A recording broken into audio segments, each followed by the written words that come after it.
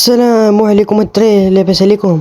اليوم غادي نهضروا على موضوع اللي طلبتوه في الكومونتيرات، واللي هو سبب غياب سيف 99 اللي اختفى بصفه نهائيه من السوشيال ميديا.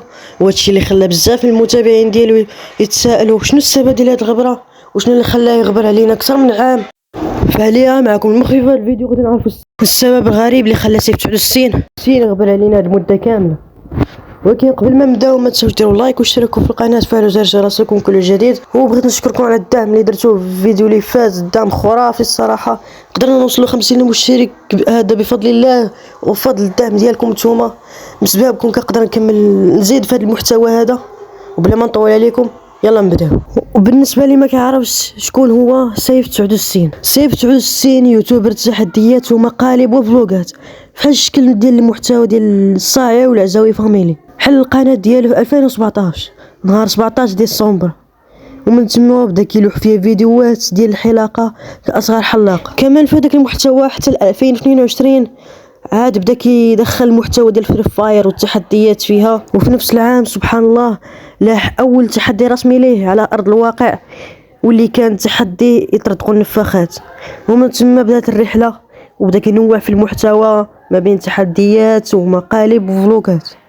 الارقام غادا وكتطلع حتى 5 ماي 2024 نهار اللي لاح فيه اخر فيديو قبل ما يغبر علينا هاد المده كامله، اللي كان كيهضر على فاش سرق ليه شي واحد الصالون ديال الحلاقه ديالو.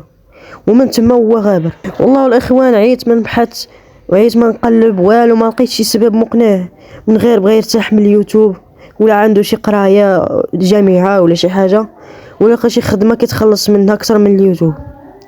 وما كاينش شي سبب معروف هاد الساعه غبر على غفله وخلى الجمهور ديالو مصدوم. قلبت في انستا ديالو اللي حاطو في الوصف لقيتو ماسحو، وما كاين حتى شي فيديو داروا مع الصاعي وامين اللي كيدير معاهم فيديوهات.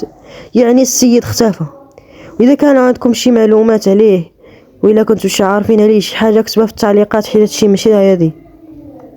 واذا وصلتوا حتى لهنا ما تنساش دير لايك واشتركوا في القناه وفعلوا زر الجرس ليصلكم كل جديد باش نزيد من المحتوى وتهلاو. ولكن قبل ما تخرجوا من الفيديو بغيتكم تدخلوا عند واحد اليوتيوبر زوين كيقدم محتوى ديال الالعاب والجيمنج لاي واحد كيعجبو هذا النوع من المحتوى.